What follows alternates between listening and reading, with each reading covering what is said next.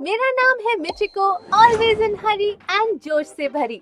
और मैं वकाने की तरफ से आप सबका स्वागत करती हूँ। आज की वीडियो बहुत ही हैरान कर देने वाली है। आप सोच रहे होंगे कि मैं किस बारे में वीडियो बनाऊंगी, क्योंकि पिछली वीडियो मैंने जापान के गैजेट्स के बारे में बनाई थी। तो इस बार की वीडियो मैं जापान के बारे में ही बनाऊंगी, लेकिन उसके रूल्स के बारे में। हाँ, आपने रूल्स वर्ड कहाँ सुना होगा? जब आप स्कूल में होंगे, जब आप छोटे होंगे, या फिर आप कॉलेज में होंगे। लेकिन बड़े होने के बाद भी जापान के लोगों को इन रूल्स को फॉलो करना होता है, और ये रूल्स इतने आसान नहीं है फॉलो करने के लिए। जब मैं आपको बताऊंगी ना, तब आप मुझे जरूर बताना कि इनमें से कौन सा रूल है जो आप बिल्कुल कभी फॉलो कर ही नहीं पाओगे। Let's begin with rule number 1।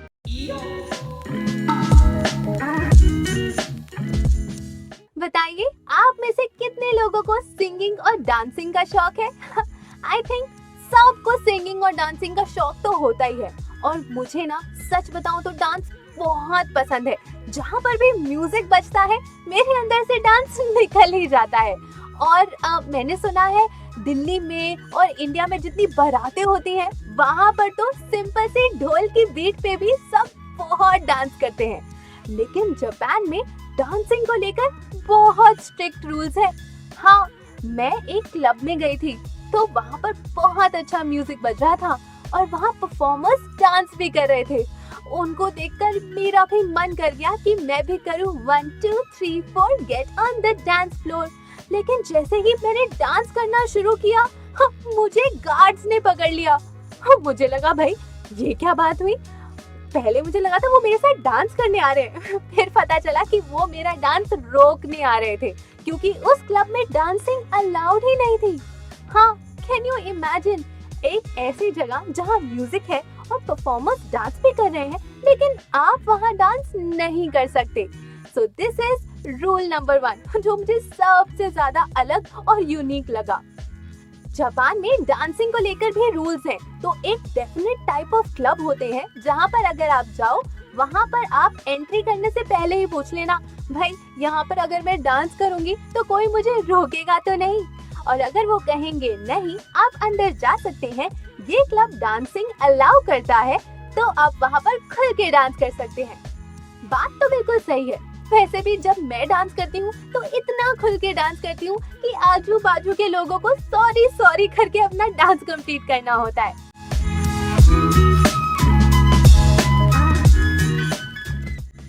Rule number 2, पता है मुझे हेल्दी रहना बहुत पसंद है, तो मुझे साइकिल चलाना और अच्छा लगता है, क्योंकि कहीं भी मुझे जाना होता है ना, तो मैं बस या ट्रेन या कार से जाना उतना पसंद नहीं करती जितना मैं साइकिल पे जाना पसंद करती हूँ। तो जापान में साइकिलिस्ट के लिए बहुत सारे रूल्स हैं। हाँ, उनकी सेफ्टी के लिए। अगर आप इंडिया की रोड पर साइकिल चला रहे होंगे तो पीछे की गाड़ी आपको horn P P P P मार मार के परेशान कर देगी। लेकिन जापान में साइकिलिस्ट को बहुत इज्जत मिलती है। आप खुल के अच्छे से जा सकते हैं। और पता है, अगर कोई गाड़ी आपको रोके या फिर आपको आगे जाने ना दे, तो फिर पुलिस उसका चालान कर सकती है। जैसा मैंने आपको कहा, साइकिलिस्ट के लिए जापान में अच्छे सेफ्टी रूल्स तो है, लेकिन बहुत सारे स्ट्रिक्ट रूल्स भी हैं। पता है, मुझे साइकिल चलाते वक्त अपने मनपसंद गाने सुनना बहुत पसंद है, और कभी कभार तो मैं अपनी मम्मी या पापा से बात भी कर लेती हूँ। लेकिन मुझे एक पुलिस वाले ने रोक दिया। हाँ, पुलिस ऑफिसर ने कहा, आप यहाँ पर नई आई हैं क्या? हाँ, आपको तो पता है कि इस प्लैनेट पे तो मैं नई हूँ। तो मैंने कहा हाँ ऑफिसर। तो उन्होंने कहा, आप ऐसे गाने नहीं सुन सकती। पर मैंने कहा कि मैं तो सिर्फ अपने लिए सुन रही हूँ। लेकिन उन्होंने कहा, आपके गाने दूसरों को कर सकते हैं परेशान।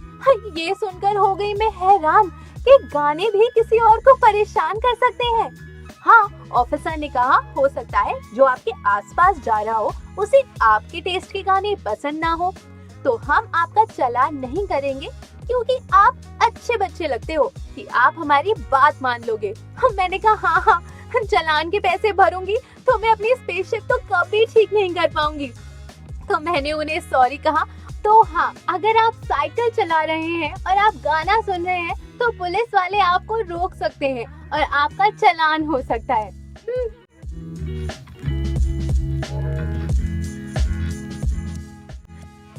So this is rule number 3. अगर आप जापान में किसी भी ट्रेन में ट्रैवल कर रहे हैं तो आपको अपना फोन साइलेंट मोड पर करना होगा, क्योंकि आप ना तो फोन पर बात कर सकते हैं और ना ही कोई गाने सुन सकते हैं, क्योंकि वहाँ पर आसपास की जनता आपके गाने और फोन से परेशान हो सकती है। तो सबकी ट्रेन की जर्नी शांति से भरी रहती है, तभी तो आई थिंक ट्रेन में लोग सो भी जाते हैं। अच्छा हुआ कि सोने से रिलेटेड कोई रूल नहीं बनाया। आपको पता है, एक बार पुलिस ऑफिसर ने आपको पकड़ लिया तो आप कुछ ले देकर यानी पैसे देकर भी नहीं बच सकते।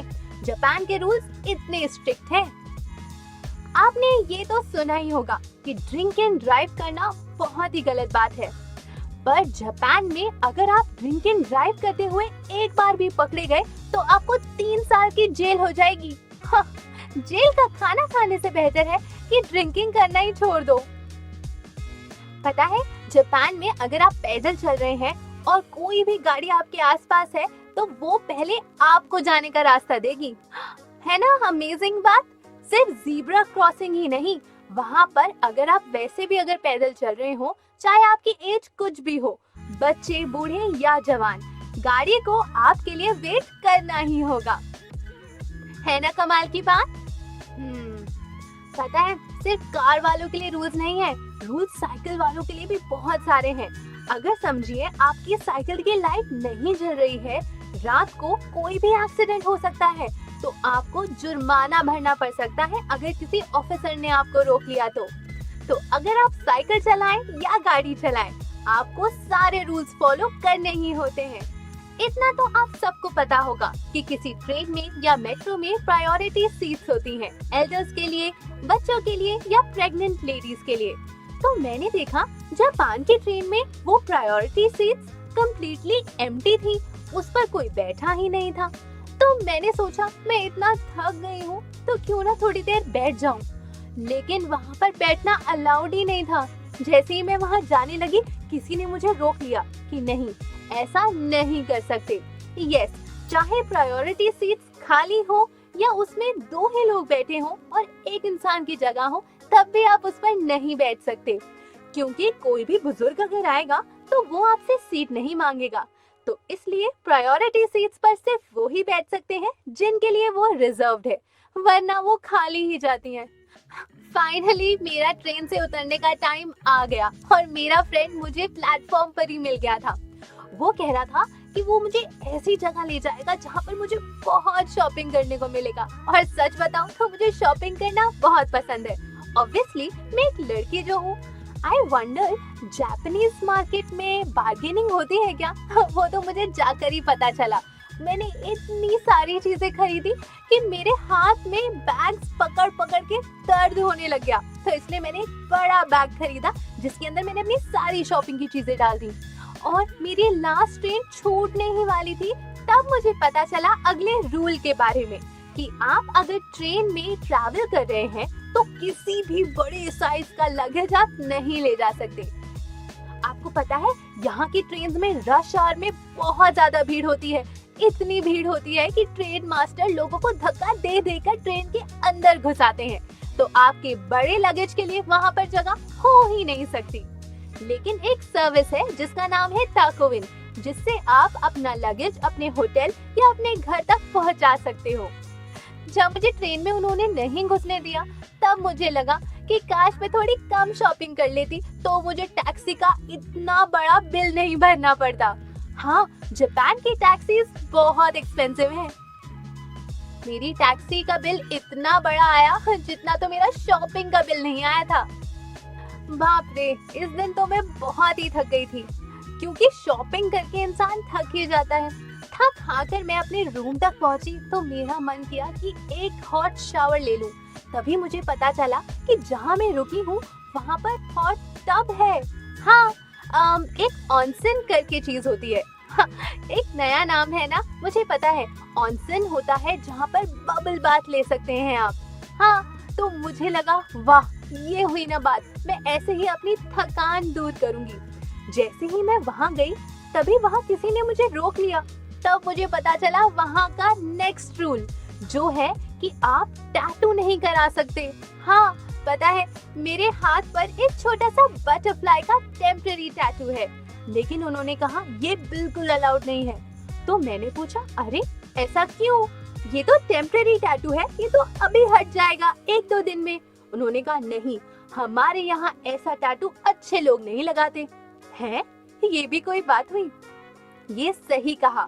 मैंने सुना है जापान की सभ्यता में जो क्रिमिनल्स होते थे, यानी मुंबई भाषा में अगर मैं बोलूँ तो भाई लोग, ये टैटू लगाते थे, ये उनकी निशानी होती थी। और सच बताऊं तो मैं कोई भी भाई लोग नहीं हूँ। तो मैंने कहा कोई बात नहीं, जब ये टेम्पररी टैटू 1-2 दिन में चला जाएगा तब मैं ऑनसेन का मजा लूटने आ जाऊंगी।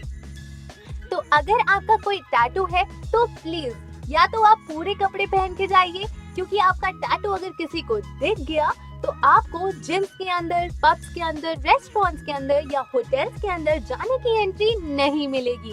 आपने अमिताभ बच्चन जी का वो डायलॉग तो सुना होगा ना, अनुशासन, प्रतिष्ठा और परंपरा। यही बहुत सारे स्ट्रिक्ट रूल्स जापान के सुनकर मुझे उनके वही डायलॉग की याद आ गई कि जापान में बहुत अनुशासन, प्रतिष्ठा और परंपरा से लोग चलते हैं, तभी खुश रहते हैं और कभी चालान नहीं होता। नेक्स्ट टाइम मैं इन सब रूल्स का बहुत अच्छे से ध्यान रखूंगी। अब कल को अगर आप जापान आएंगे तो इन गलतियों को मत दोहराइएगा, क्योंकि मैंने यानी आपकी दोस्त मिचिको ने आपको सब कुछ बता दिया है। आई होप आपको ये वीडियो बहुत अच्छी लगी होगी। और हाँ, मुझे एक बात जरूर बताइएगा कि इनमें से कौन सा रूल है जो आप कभी फॉलो नहीं कर पाएंगे। मेरे लिए तो डांसिंग रूल ही था। अगर मैंने म्यूजिक सुन लिया तो मुझे अपने आप को रोकना बहुत मुश्किल हो जाता है। मेरे अंदर से निकल ही जाता है, डिंक चिक्का डिंक चिक्का डिंक चिक्का डिंक चिक्का ए ए ए ए ए ए ए ए। ओके गाइस, अब मिलते हैं नेक्स्ट वीडियो में। आपसे मिलकर मुझे बहुत अच्छा लगता है। आप भी मुझे कमेंट्स में बताइए कि आपको मेरी वीडियो में सबसे ज्यादा अच्छा क्या लगता है। ओके, टाटा बाय बाय सायोनारा। हम मिलेंगे नेक्स्ट वीडियो में दोबारा।